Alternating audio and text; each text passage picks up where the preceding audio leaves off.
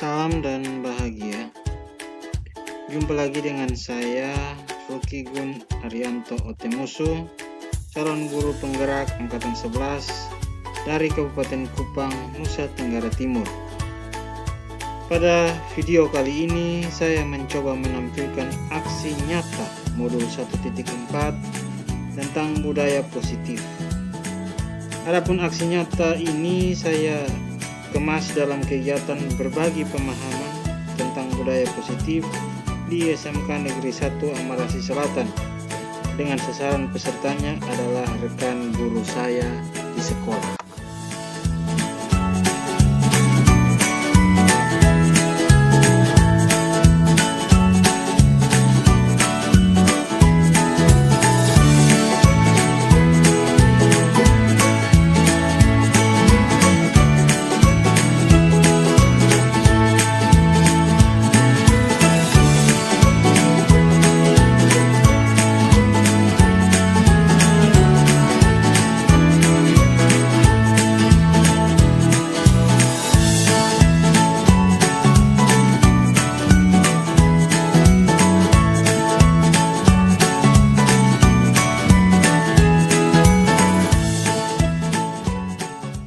Kegiatan ini saya memaparkan tentang konsep inti budaya positif, diantaranya disiplin positif, nilai-nilai kebajikan, teori motivasi perilaku manusia, hukuman dan penghargaan, keyakinan kelas, kebutuhan dasar manusia, 5 posisi kontrol, dan segitiga restitusi. Untuk lebih jelasnya, silakan simak video berikut ini. Selamat siang teman-teman. Selamat siang. Terima kasih untuk waktunya yang sudah disiapkan. Kita bersama-sama berkumpul di tempat ini. Pada kesempatan ini saya akan berbagi. Kebetulan saya adalah calon guru penggerak angkatan 11 di tahun ini, dan kami mendapatkan materi tentang budaya positif, dan kami diminta untuk berbagi bersama teman-teman yang ada di lingkungan tempat kami, tempat kami mengabdi. Jadi pada kesempatan ini saya ingin berbagi untuk kita semua, berharap bahwa apa yang sudah kami dapatkan ini jadi yang saya akan bagikan di sini adalah mengenai budaya positif. Mungkin Bapak Ibu sudah pernah dengar mengenai ini, tapi ini adalah salah satu materi yang kami dapatkan dalam pendidikan guru penggerak yang sudah saya jalani kurang lebih memasuki bulan yang kedua. Kami sudah sampai pada modul yang ke 2.1. Yang pertama yang perlu kita ketahui adalah kita sekarang ini sudah berada pada perubahan zaman yang begitu luar biasa. Terutama kita sebagai guru, saya percaya bahwa kita punya angkatan ini sebelum-sebelumnya bentuk pendidikannya, sistem pendidikannya pasti berbeda dengan sekarang. Itu otomatis pasti berbeda. Jadi sesuai dengan filosofi dari Ki Hajar Dewantara, kita mengajar siswa itu sesuai dengan kodrat alam dan kodrat zaman. Otomatis kita harus menyesuaikan dengan kodrat alam dan kodrat zaman sekarang. Kalau dulu kita kenal dengan ujung rotan ada emas, sekarang tidak lagi seperti itu. Kita harus mampu mendidik mereka sesuai dengan kodrat zaman mereka sekarang ini. Kemudian yang berikut, di sini ada kegiatan kepalan tangan. Nah, di sini filosofinya, ketika kita mengepalkan tangan kita, kemudian mungkin di dalam kepalan tangan kita itu ada sebuah rahasia, kita tulis dalam kertas sebuah rahasia, kemudian kita tepakkan tangan kita, dan orang datang mungkin dengan berbagai cara, baik itu merayu kita, baik itu membentak kita, berjanji untuk membayar kepada kita, untuk membuka kepalan tangan kita. Tetapi pada hakikatnya itu, kalau kita izinkan, artinya kalau kita izinkan kita membuka tangan kita, berarti itu kita buka. Tapi kalau tidak kita izinkan, berarti apapun bentuknya, baik itu rayuan, kita dihardik dan lain sebagainya, tetap kita tidak. Itu namanya kontrol. Kalau dulu kita berpikiran bahwa kita mampu mengontrol siswa, sebenarnya itu tidak. Siswa itu yang sendiri mengontrol dirinya sendiri. Jadi kesadaran itu sebenarnya timbul dari dirinya sendiri. Ya, jadi ini disiplin positif. Nah, ini tentang tidak bisa kita paksakan dengan sistem kita yang dulu. Kemudian yang berikut, perilaku buruk dilihat dari satu kesalahan. Nah, yang sekarang yang sebenarnya kita harus tanamkan dalam dunia pendidikan sekarang itu adalah semua perilaku memiliki tujuan. Semua perilaku memiliki tujuan. Dia dalam kelas mungkin dia berbuat onar, atau dia mengganggu teman-teman yang lain, itu kita pahami bahwa dia pasti memiliki tujuan. Ada pemenuhan kepentingan. Nanti kita sampai pada pemenuhan kepentingan manusia. Kemudian yang berikut, orang lain bisa mengontrol saya. Ini tadi saya sampaikan bahwa hanya kita sendiri yang bisa mengontrol diri kita. Ketika kita punya kemauan untuk membuka tangan, bahkan bisa tanpa dirayu pun kita bisa membuka kepalan tangan kita. Tapi kalau kita tidak punya kemauan untuk membuka kepalan tangan kita, meskipun dirayu dengan berbagai macam cara, kita tidak akan membuka. Jadi itu maksudnya siswa itu ketika dia berbuat kesalahan kemudian kita tegur dan lain sebagainya, pada dasarnya itu kalau bukan timbul dari hatinya untuk dia sadar, maka dia tidak akan sadar. Atau dia sadar juga tapi terpaksa karena dia takut dengan kita guru, dan itu tidak akan lama dia punya pengaruh. Setelah kita mungkin tidak bersama-sama dengan dia akan pulang lagi perbuatan seperti itu. Nah, itu maksudnya seperti itu. Kemudian yang berikut, pemaksaan ada pada kedudukan yang gagal. Kolaborasi dan konsensus menciptakan pilihan-pilihan baru, dan yang berikut model berpikir menang-menang. Nah, ini berkaitan dengan teori kontrol. Ini nilai-nilai kebajikan universal. Jadi di sini maksudnya ini supaya karena sekarang kita menganut sistem pendidikan profil pelajar Pancasila, yang ini ada perkembangan bertakwa, mandiri, bernalar kritis, berkebinekaan global, bergotong royong dan lain sebagainya. Ini wajib kita tanamkan kepada peserta didik kita supaya mereka meyakini nilai-nilai ini. Ya, kemudian yang berikut, nah ini yang tadi saja, teori motivasi perilaku manusia. Jadi terkadang siswa itu yang tadi saya sudah sampaikan kepada kita semua bahwa siswa melakukan sesuatu, artinya dia mungkin dia disiplin atau turut apa yang peraturan sekolah dan lain sebagainya. Itu yang pertama, motivasinya mungkin karena dia takut mendapat hukuman atau dia tidak nyaman. Jadi itu bagian motivasi eksternal, masuk dalam motivasi eksternal. Atau bahkan karena dia buat seperti itu untuk mendapatkan imbalan, penghargaan dari orang lain. Itu bagian dari motivasi eksternal. Karena ini kalau dia masuk dalam motivasi eksternal biasanya tidak bertahan lama.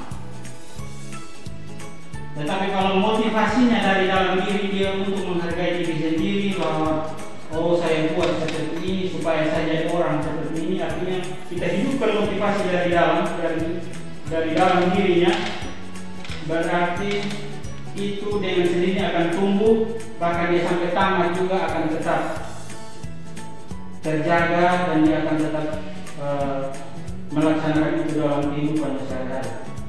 Jadi itu pentingnya motivasi internal. Nah, ini juga perubahan paradigma yang berikut, penghargaan. Karena mungkin kita berpikir bahwa penghargaan ini akan meningkatkan motivasi siswa untuk berlomba-lomba, untuk mencapai prestasi dan sebagainya. Tetapi tanpa kita sadari bahwa penghargaan itu membuat si anak menjadi tergantung. Dia melakukan sesuatu yang baik, misalnya dia karena tergantung pada penghargaan. Jadi dia punya pamrih. Jadi bukan karena dia sadar bahwa yang dia lakukan itu berguna untuk dirinya, tetapi dia termotivasi pada penghargaan itu. Dan pada suatu saat penghargaan itu hilang, maka dia akan berbuat kegiatan yang dia lakukan itu juga akan hilang dengan sendirinya. Nah, ini penghargaan menurunkan kualitas, penghargaan mematikan kreativitas, dan penghargaan mengurangi motivasi diri sendiri. Jadi tanpa kita sadari bahwa penghargaan juga dalam jangka waktu tertentu kita merusak kita punya generasi. Itu berkaitan dengan penghargaan. Oke, berkaitan selanjutnya kita sampai pada keyakinan kelas. Mengapa tidak peraturan saja? Mengapa harus keyakinan? Karena keyakinan kelas dibentuk oleh kesepakatan bersama anggota kelas yang didasarkan atas nilai-nilai kebajikan, menekankan kepada keyakinan diri serta motivasi dalam diri sendiri. Seseorang akan lebih tergerak dan bersemangat untuk menjalankan keyakinannya daripada mengikuti serangkaian peraturan-peraturan yang tidak mereka ketahui maknanya. Ya, jadi ini memang dengan keyakinan kelas ini diharapkan untuk kita semua ketika kita dalam kelas. Artinya ini juga saya sudah praktekkan. Kita sama-sama dengan siswa kita buat sebuah kesepakatan kelas yang di dalamnya berisi peraturan-peraturan yang siswa sendiri yang buat. Kita sepakati bersama, kemudian kita tentukan juga konsekuensinya ketika dia melanggar peraturan itu atau kesepakatan itu, apa konsekuensinya. Nah, ketika dia juga buat itu aturan, maka otomatis dia juga akan dengan sadar melakukan apa yang sudah diyakininya tersebut. Mengganggu orang lain, itu keyakinan di kelasnya, menghormati orang lain, dan seterusnya itu. Jadi peraturan itu kita transfer ke keyakinan kelas sehingga siswa itu memiliki karakter. Artinya dia sadar bahwa ketika dia tidak mengembalikan buku pada tempatnya, oh ada keyakinan kelas yang dilanggar.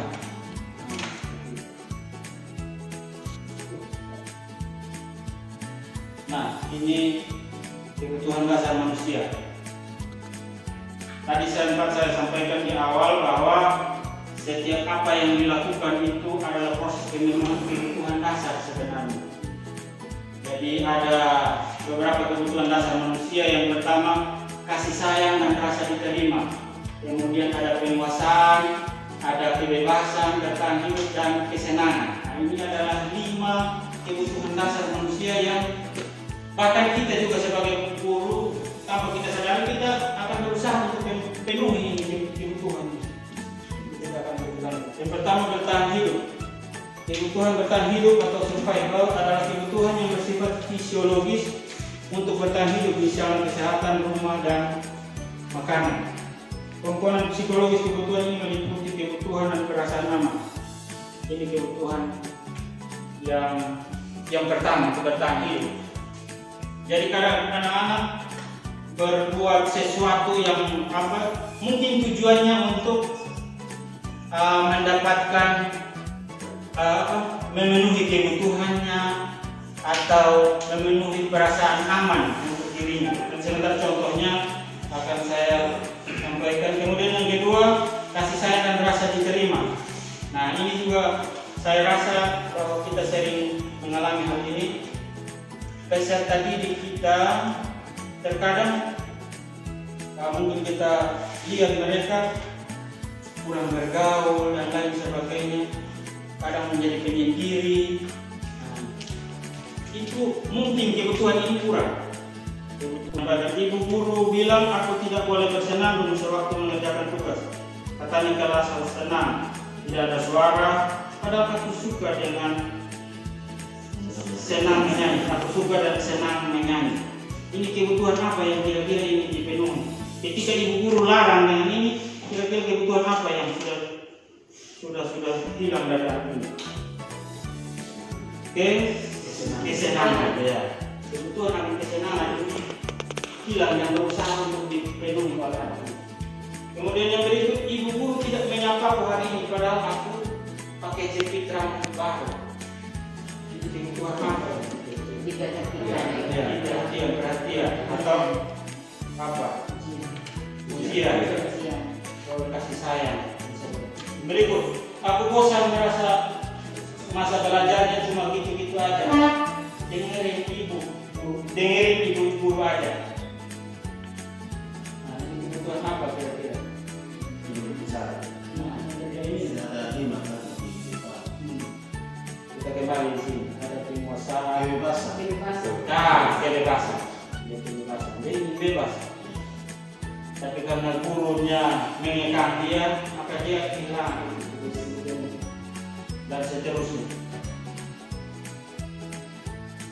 Ini posisi kontrol institusi. 5 posisi kontrol guru. Ya, untuk ini, untuk materi 5 posisi kontrol ini kita akan simak ini dalam sebuah video.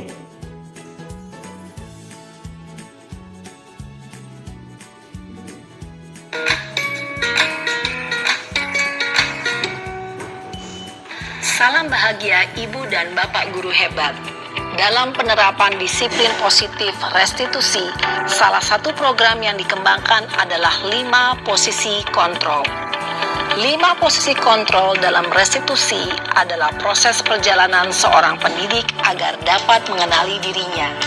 Pada video kali ini, kita akan membahas tentang 5 posisi kontrol yang dikembangkan oleh Diane Gosson dan contoh penerapannya.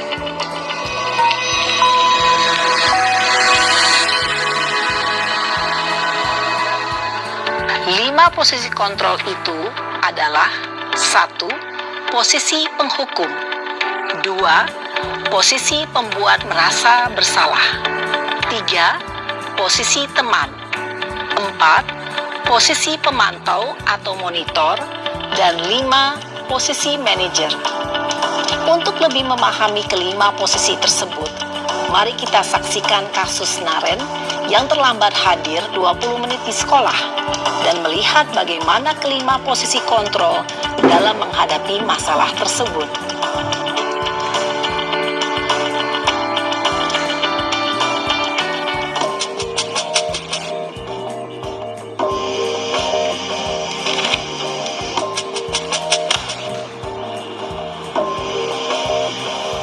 Naren!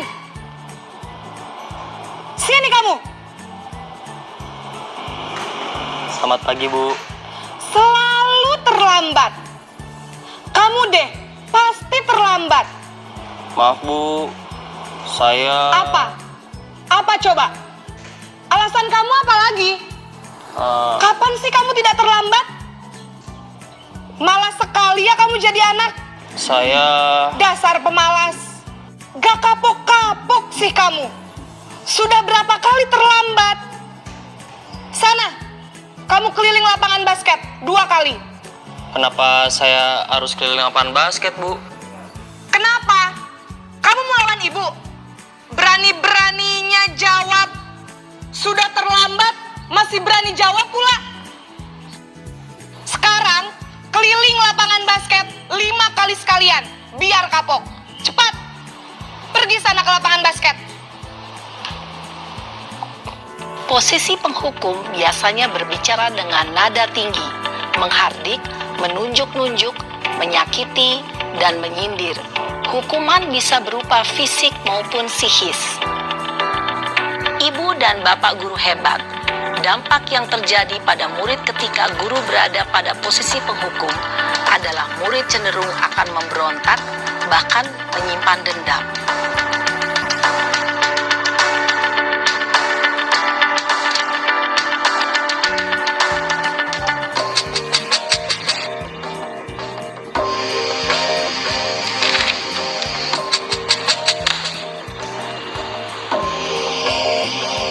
Naren,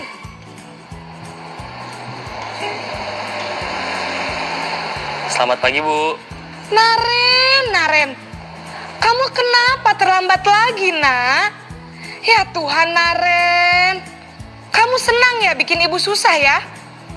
Kalau kamu terlambat lagi, nanti ibu yang ditegur bapak kepala sekolah, nak. Disangka ibu tidak bisa membina kamu. Duh, gimana ini? Maaf, Bu. Duh, Gusti Naren. Kamu suka ya kalau ibu ditegur bapak kepala sekolah? Terus, sekarang ibu harus tulis apa ini di buku absen? Ini kamu sudah sering terlambat loh. Ibu harus apa coba? Maaf, Bu. Maaf sekali.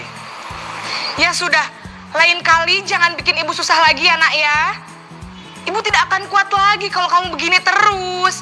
Bisa jantungan kalau ibu ditegur bapak kepala sekolah. Sana cepat ke kelas. Maaf ya, Bu. Maaf sekali.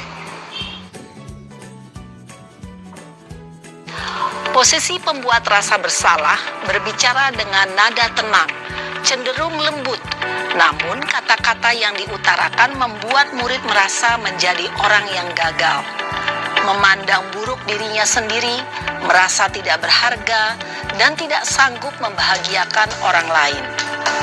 Ketika guru mengambil posisi pembuat rasa bersalah, murid akan menganggap dirinya yang bersalah dan ia akan menyimpan emosi negatif tersebut di dalam dirinya.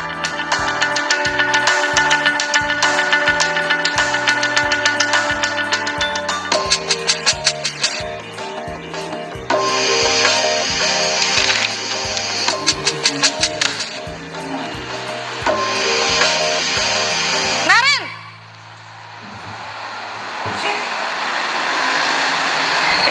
Selamat pagi, Bu. wah, sudah jam berapa ini, nak? Terlambat lagi ya, sayang. Iya, Bu. Habis ibu saya lupa bangunkan saya, Bu. Kamu malah menyalahkan ibu kamu. Kamu bukannya anak yang larinya paling kencang. Kok terlambat sih? Iya, Bu. Saya memang terlambat bangun tadi. Jadi, biarpun saya lari kencang, tetap gak kekejar, Bu. Ya sudah sana. Nanti lain kali larinya lebih kencang lagi ya. Biar gak terlambat lagi. Bikin seneng ibu. Demi ibu. Bisa kan? Bisa lah, Bu. Ya sudah sana masuk kelas. Ibu beresin urusan absen kamu. Kamu ini ada-ada saja. Dalam posisi teman, guru berbicara dengan nada suara ramah, akrab, cenderung bersenda gurau untuk menjaga suasana tetap santai. Murid akan merasa senang, aman, dan akrab dengan guru. Identitas yang tercipta adalah identitas sukses atau berhasil. Namun, perlu diingat, karena ini masih dorongan eksternal, maka ada faktor ketergantungan dari murid kepada orang tertentu. Di sini, guru absennya, sehingga di lain waktu, murid bisa berperilaku baik, namun hanya kepada orang-orang tertentu saja.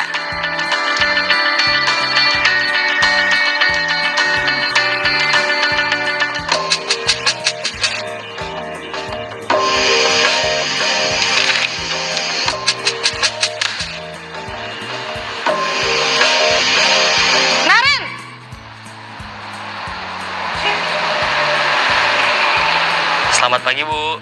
Naren, apa peraturan sekolah kita tentang jam berapa kita harus masuk sekolah, nak? Kita harus di sekolah jam 7, Bu. Iya, betul. Sekarang sudah jam 7.20. Naren sudah tahu konsekuensinya jika terlambat hadir. Paham, Bu.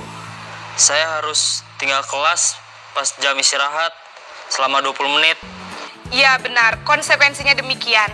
Jadi nanti jam 9.30 pas istirahat, kamu harus tinggal di kelas, kerjakan tugas tambahan untuk ketertinggalan kamu, ya?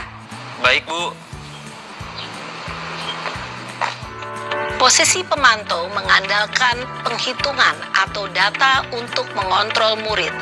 Guru mengarahkan murid berdasarkan peraturan dan konsekuensi. Seorang pemantau menunjukkan bahasa tubuh dan ekspresi wajah yang datar dan cenderung formal.